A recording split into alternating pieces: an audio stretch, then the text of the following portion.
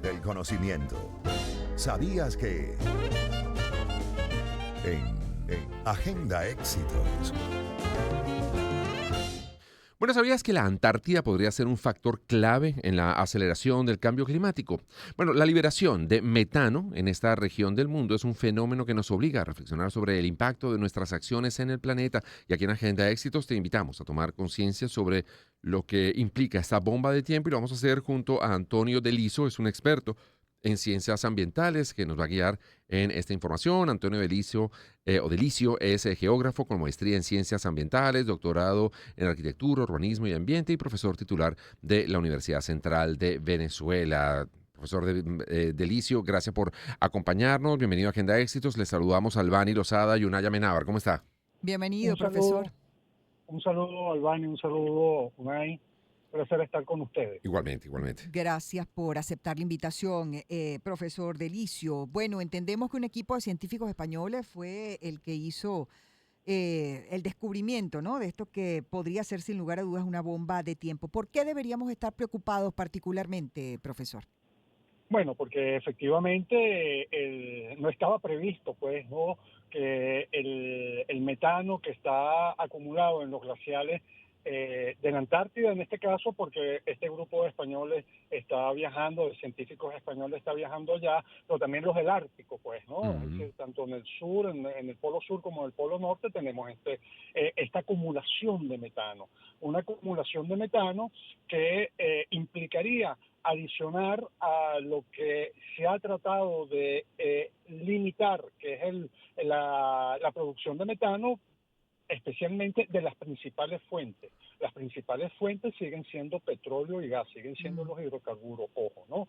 Entonces, sí, ahí estuve viendo la información que estos científicos españoles dan, y es el equivalente a 2 años de emisiones de gases de efecto invernadero, lo que estaría acumulado, lo que pasa es que está por comprobarse en la Antártida.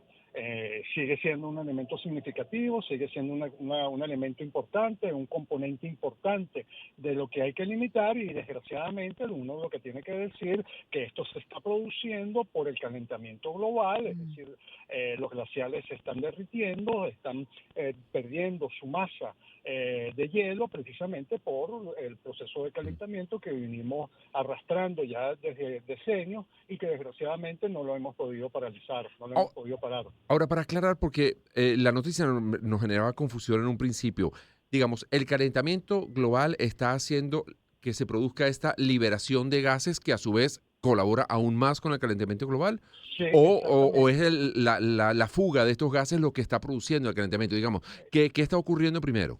Bueno, ocurre primero, en este caso, que se están eh, perdiendo masa de hielo los polos, en este caso la Antártida, y eso está propiciando la liberación de metano, metano que está acumulado ahí por milenios, miles de millones de años, y que posteriormente eso, efectivamente, siendo el metano un gas efecto invernadero, un gas efecto de invernadero superior inclusive al dióxido de carbono, se estima que 30, 40 veces Qué superior al bárbaro. dióxido de carbono, eso aumenta aún más, es un perder-perder, pues, calentamiento global libera metano, y metano que aumenta el calentamiento global. Se asume que dentro de ese límite que nos hemos puesto de no superar el 1.5, 2 grados centígrados, la temperatura del planeta con respecto a la temperatura que teníamos en la época preindustrial, ese metano, el metano en su conjunto, no ese metano que se está liberando exclusivamente de la Antártida, estaría significando alrededor de un 30-40% de ese aumento de la temperatura. Hay que decir en este marco que hay un pacto para reducir metano, un pacto que se firmó en Glasgow, en la COP26 de Glasgow, y que países, los europeos y los países y Estados Unidos, ahora no sabemos si Estados Unidos se va a mantener, pretendían reducir metano, porque es ahí donde está la principal fuente. La principal fuente no van a ser ni el metano que tenemos y que puede liberarse por derretimiento de los casquetes polares en el polo sur, ni tampoco en el polo norte. Y hay otro elemento importante, el permafrost, que es el suelo que tenemos en Alaska, Canadá Sí. y Groenlandia, que también pudiese derretirse y liberar metano, pero el principal componente sigue siendo el uso de gas y el uso de petróleo. Sigue siendo eso las principales fuentes de metano en este caso. Ahora le pregunto, profesor, y conversamos, amigos, con el profesor Antonio Delicio, geógrafo con maestría en ciencias ambientales, doctorado en arquitectura, urbanismo, ambiente, profesor titular de la Universidad Central de Venezuela. ¿Qué consecuencias adicionales al calentamiento global del planeta, que ya es suficientemente preocupante, pero qué consecuencias adicionales traería para la Tierra esta situación? Y la otra pregunta es, ¿esto se puede revertir? Bueno, a ver, consecuencia con respecto a la liberación de metano en los polos todavía no sabemos. Una cosa que debería decir que los polos, tanto el norte como el sur, no entran dentro del pacto que suscribieron en Glasgow de reducción de metano, porque no hacen parte de países, ¿no? Entonces, sobre esa base queda fuera. Ahora bien, en el metano que se liberó en el permafrost o ha empezado a liberarse en el permafrost, Siberia es otro país, es otra zona del mundo, Rusia, que tiene metano. En el metano que se liberó en Siberia hubo un acontecimiento que llamó mucho la reflexión de los científicos, que fue un niño que quedó contaminado por las bacterias que estuvieron enterradas, porque estamos hablando de bacterias que tienen millones de años, miles de años enterradas y que se desconocen. Entonces, la liberación de ese metano en el permafrost, esto sí fue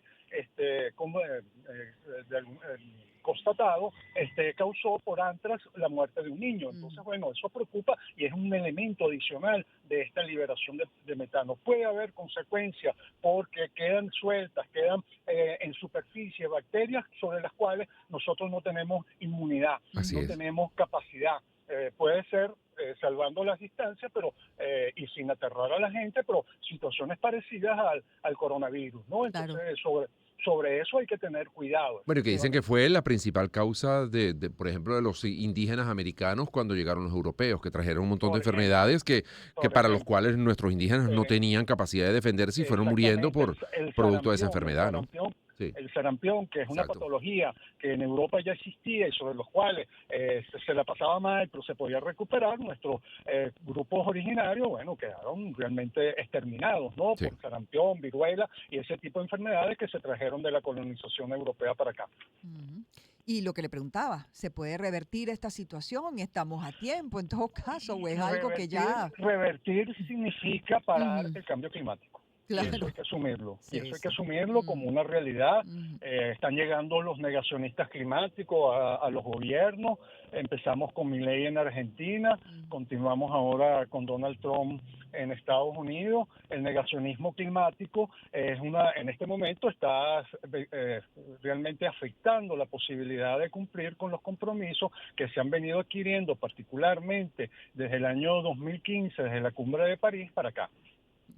Ahora, ¿habría manera, por ejemplo, de ese gas que se está liberando, reconducirlo, o sea, no sé, volverlo a la tierra, al subsuelo, para que se Me mantenga parece allí? interesante la pregunta que hace Unai. Quizás no me atrevo a afirmar qué pasaría con el metano que está allá en los polos. No sé tampoco lo del permafrost, pero lo que estoy muy claro que el metano, pues, cuando decimos que la industria petrolera, gasífera, es la principal fuente de metano, es porque hay una liberación, se está quemando gas. Ujú. Y nosotros en Venezuela estamos quemando gas de metano. Son alrededor de 2.000 millones de pies cúbicos, particularmente en Monagas y en el Zulia. Ese metano, por supuesto que puede ser utilizado, y puede ser utilizado, por ejemplo, para algo que es muy loable en un país como el nuestro, que está viviendo una crisis en todos los sentidos, pero, por ejemplo, para dar gas directo. El gas directo es gas metano.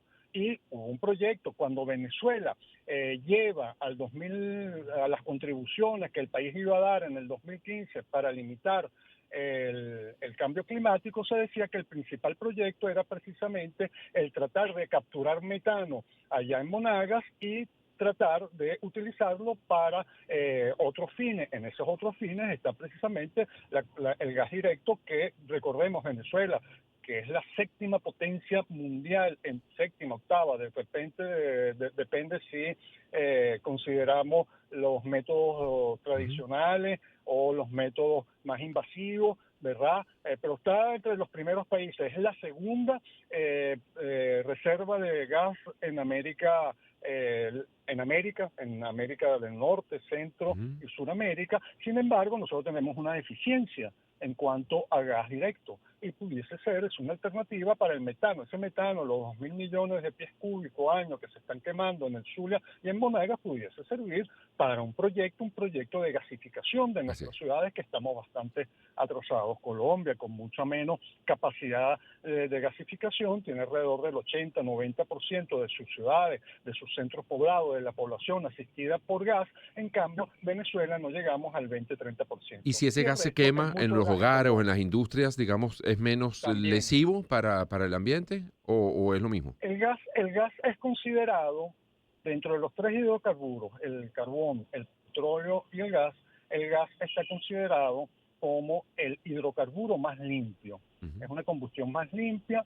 Se asume que además la tecnología está suficientemente probada para evitar fugas que pudiesen en algún momento liberar metano, pero efectivamente es una alternativa para el gas. Es preferible tenerlo. Otra manera es inyectar gas para aumentar la capacidad de petróleo, pero ahí nos estaríamos dando otra vez con el efecto perder. Claro. Utilizamos gas para producir más petróleo, entonces es un absurdo. En cambio, el gas que llega y soluciona un problema social, un problema grave en nuestro país, como puede ser el gas de los hogares. Recordemos que ahora, bueno, la cosa ha más o menos mejorado, ya hay más bombonas, pero aquí llegó entre el año 2017, 2018, 2019, 2020, un grupo de biólogos con el cual yo tuve contacto. Llegaron a contabilizar en 50 municipios venezolanos uso de madera porque no tenían combustible, no tenían el gas de bombona. Si nosotros tuviésemos el gas... Se cayó la Pero comunicación. bueno, pero creo que quedó claro el concepto de las palabras. Ahorita, bueno, hay que ver también con lo de de nuevo la nueva salida de Chevron que va a pasar. Pero bueno, eso da tema para otro análisis. Tema. Pero lo que nos ocupaba en este momento era sobre todo el tema de esas fugas de metano en la Antártida y bueno, que causan preocupación definitivamente. Sin lugar a dudas. Bueno, le agradecemos al profesor Antonio Delicio, geógrafo con maestría en ciencias ambientales y doctorado en arquitectura, urbanismo y ambiente, profesor titular de la UCB, por haber participado en el programa. Nos vamos a la pausa y regresamos en breve con más de Agenda Éxitos.